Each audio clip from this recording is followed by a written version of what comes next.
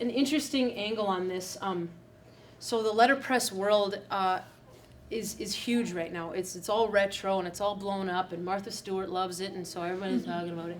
But there's this certain look that's happening right now that's all the rage, and there's this debate that happens in the printing world, which is the kiss or the punch. And it's not about actually kissing or actually punching. It's like old schoolers like my dad, when he printed, the type kissed the paper. And now there's this whole rage about printing so hard that you're smashing so that you can feel it and you can see it from like 25 feet away, like, oh, look, it smashed the paper. And so now people equate the smash with letterpress. So I had people, Nikki, remember, that would come into my shop and into my booth, and they'd be like, oh, your cards are so beautiful, you should letterpress print them. And I'd be like, what? You know, and I'd be about to, like, you know, physically accost them, and they couldn't stop me. And she'd be like, just let them go, you know, because they thought, well, you didn't punch the crap out of your paper, so this is clearly not letterpress. And I'm like, oh my God. So then the next year we had type. Oh, hey, look, it's type. And those are pictures that my friend Nick Campbell, from the back, took to illustrate, yes, it's letterpress, people, come on. But it's not my job to educate people. However, I still feel like I should do it. But so that was interesting, but the upside of that was that my stuff didn't look like anybody's. I hadn't gone to the trade show for the last 10 years, so I didn't know what was trending. I didn't know like the colors and the topics and the whatever. So all these buyers that were coming around the corner going, whoa, what the hell is this? They were like, I have never seen anything like this. And I'm like, that's what I'm talking about. So that's kind of where we're at now, and it's still not like anybody else's, you know, I mean, you know, whatever, there's copycats. But so that's what we're gearing up for right now, and I think we're kind of ahead of the game. We're excited. 6 days ahead of the game, right? All right. So then the next thing that's kind of cool that's been happening recently was working on broadsides for poets. And I started that with Rachel Mellis, very back, tiny child, she's very cute. And we were doing, we got to collaborate on some broadsides for St. Ben's. And a broadside is loosely like, means an image with text, right? So it's perfect for poets because it's kind of a home for the poem. I coined that. And so I got asked to work with this guy, Jeff Johnson, who's a teacher at Central Lakes College. He got a grant. He's got all these really big name poets, which if you don't know poets, then they're not a big name to you. But this is Billy Collins, and I had actually heard of him, which made me like even more like, holy crap, if I heard of him. But so I got to choose a poem, and this poem was called Cheerios, talking about how Cheerios had just turned 70 and how he was under the realization that he's now older than Cheerios. So it's funny, and this guy is hysterical, and it was amazing. So I got to meet him, and he signed my broadside, and he loved it. Whew, thank God. And so I get to do that a couple times, and that's the kind of stuff I really like to do. Where I have creative control, and where I can meet them and engage with them or whatever. Because I do some custom stuff, you know. I do wedding invitations and you know, some random printing, but I don't seek that out. Like people are always like, you should go to a wedding expo, and I'm like, only if you kill me first, you know. But so this kind of stuff is really cool, and that was a big deal, meeting him and getting to do that. So. And David Sedaris. Yeah, right. David Sedaris, good call. Yeah, that was a good one too. And now we're moving on to this one over here. So I guess it's my turn now. I just graduated from the University of Minnesota Morris last spring with a degree in studio art and art history. I've been working in Mary's shop since I was really little, and I remember working, or maybe not working because I was probably too young, but I remember shadowing my grandpa for a long time too, following him around and what's this, what's that, can I touch this? Getting all full of ink and dirt and grime. And then when Mary started the shop, I just kind of gravitated towards hanging out there when I was in high school and when I was in middle school. And when I was in college, I went to school and I was like, I'm going to be a printer. And then we didn't have a print program. So I kind of veered away from that and I decided to be a sculptor instead. But the entire time I was studying sculpture, I ended up making really large books. So it kind of circled back to still having printer's ink and bookbinding in my blood. And my senior year of college, I really found that out the hard way as I was trying to make all of these big sculptures and cast bronze and build all of this stuff. And all of a sudden, I was just making really, really large books, and I was painting on books and making tiny little bound books and stuff like that. So it was a really interesting realization for me to all of a sudden find out all of this time I was like running away from trying to be a printer that I'm just a printer. That's just what I am.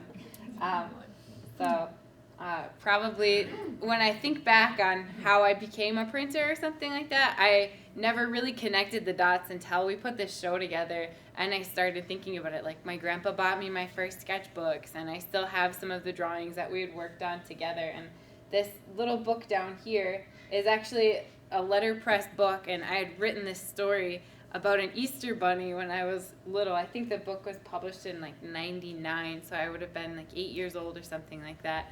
And I wrote this story about an Easter bunny, and then he had a class of students come in from Kennedy, I think, and they came in and all of the type was set, and these students printed this book. So I don't exactly remember it, but I remember seeing the final product of the book, and all of a sudden it came over to Grandma and Grandpa's house, and there was this story that I had written that somebody spent time setting all of this type, and he found a tiny little a little metal block that had a small person with a hat on it, and it said Little People Press. And I just thought that was the coolest thing ever, and that was really my first experience with letterpress, like actually being a part of me.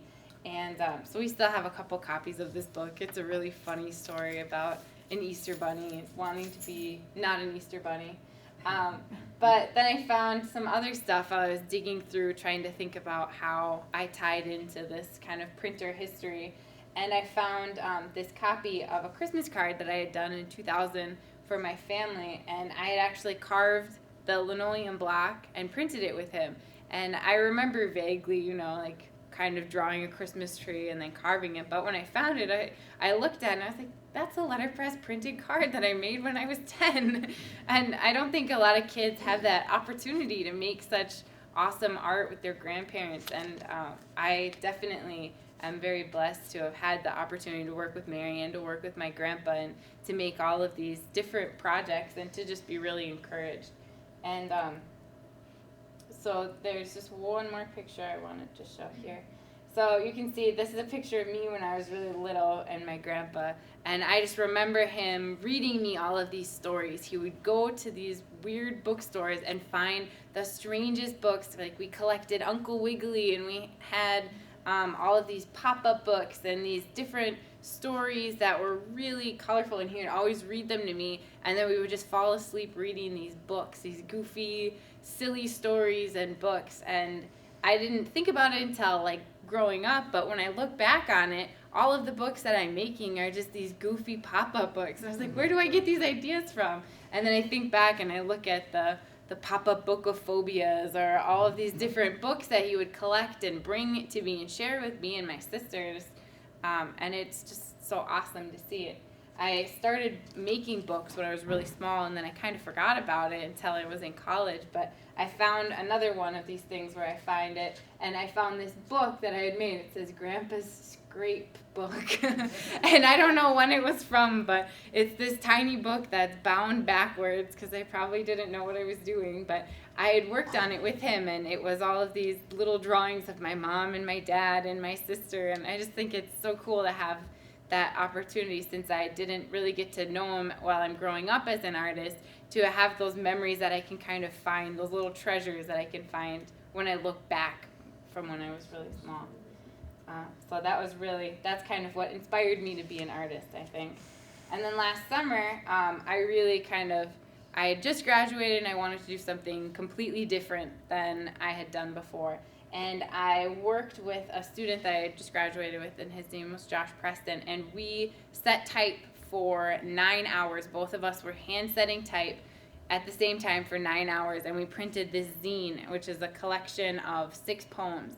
And it was absolutely insane. We printed it on Mary's Vandercook, and I remember calling her, asking her, hey, I have this idea of a book that I'm going to print. She's like, you're going to do what? And I told her, we're just going to print one big page, and we'll fold it down into be a tiny little book. She's like, okay, I guess. And this is as she's getting ready to go to the stationery show and to New York, or to Sweden. So she's like, I don't really have time to help out a whole lot. Like, I'll try to help out a lot, but I don't know. I'm really nervous. And she just kept saying, like, I'm nervous. I don't know if you can break the presses, and I'm super nervous.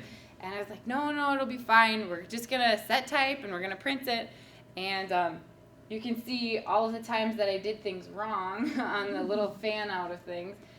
We printed for 3 days straight. Basically, I had just graduated college, so I was obviously really used to not sleeping and just living off of coffee and energy drinks.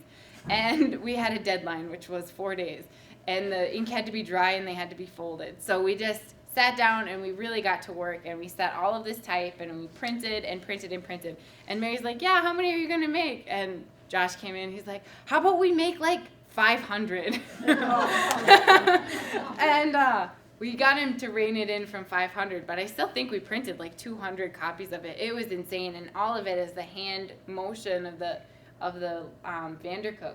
So our arms were definitely sore. It was quite an experience. And then we came back after we had printed the original front, and we had this unpublished Robert Bly poem that he had given to us to print in this zine.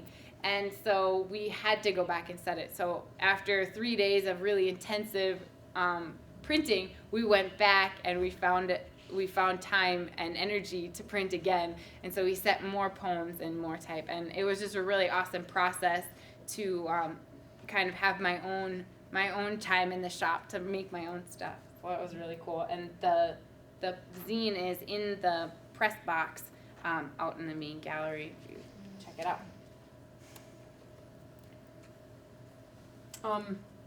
Okay, so one of the reasons, like doing these art shows, and we've really like level jumped on art shows because it started, with like, I mean, we know how to pick them a little better, but an art show is always a crapshoot. But this one we did, this Made in Minnesota, it's at the Graves Hotel in downtown Minneapolis. So of course you have to pay an arm and a leg to get into it.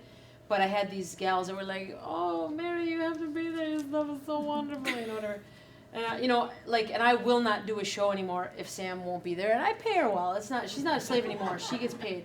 But it was a very cool deal. So we had to go down and stay overnight in the Graves, which didn't suck, but it was expensive. And then because we got a little TV spot on channel, was it 5 or 9? Whatever, with MA Roscoe, and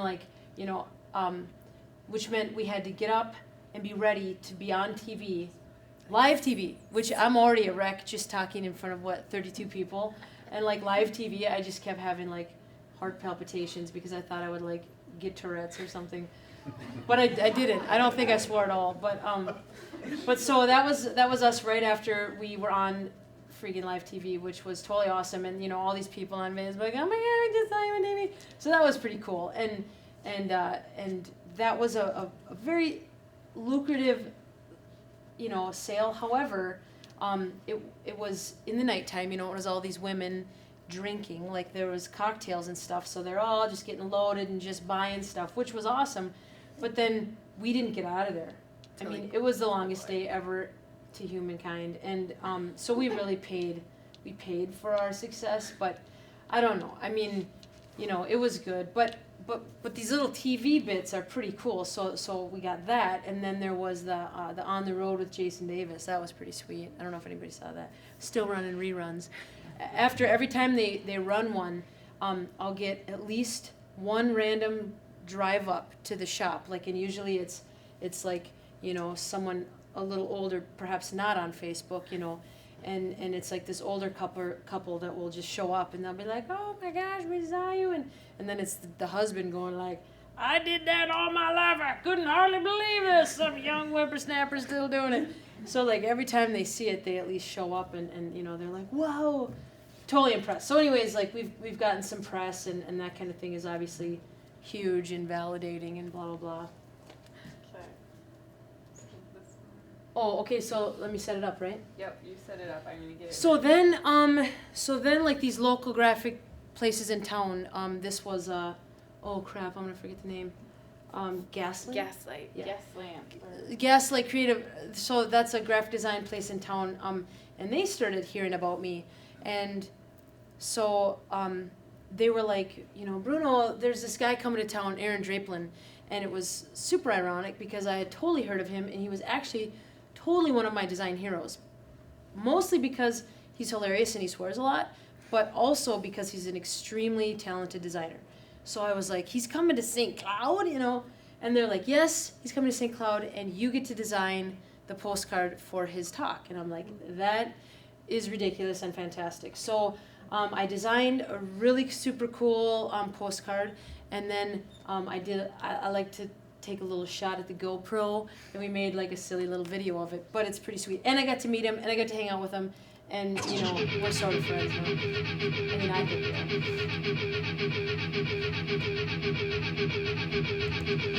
So this is Bruno Press. It's Callie.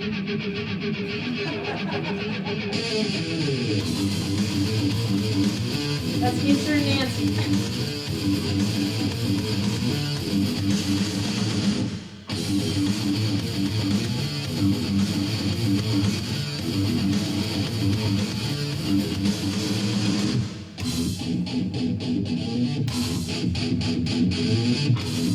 So we're at 3 colors now.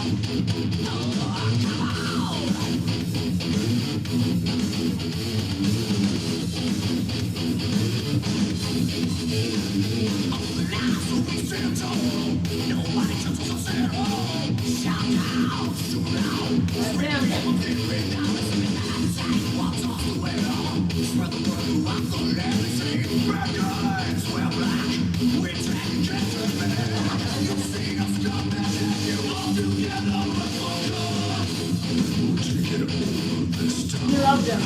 You totally loved him.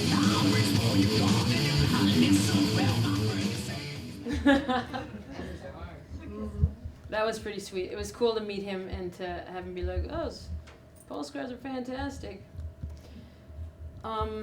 So That's us. last but not least, there's a shot of the shop, and there's us guys. And yeah, so, you know, future is whatever. We're heading to New York. Keep your fingers crossed.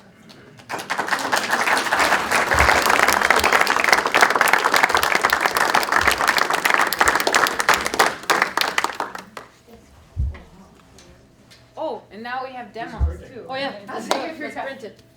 We set up and we brought something so everybody can try their hand at being So I printed printers. like all of these just color blocks, and then in this press is all this type, which you will all come and see, and you will all like take a little hand at it. So we're gonna throw it down. I'm just gonna put something on because I got nice clothes on, and Marianne will not allow me to print without an apron on. Right, Sam? Yep. Okay, so we got all this stuff locked up in this little portable. This is a portable Vandercook. Obviously, none of my real big dogs could just be hoisted in here. But this guy, with a little bit of CrossFit action, can be placed in here. Oh, the tiniest one ever. So why don't you guys just like come on over, look at stuff. We'll print some. You can each have one. They're gonna be wet, so don't rub it along your clothes or face or.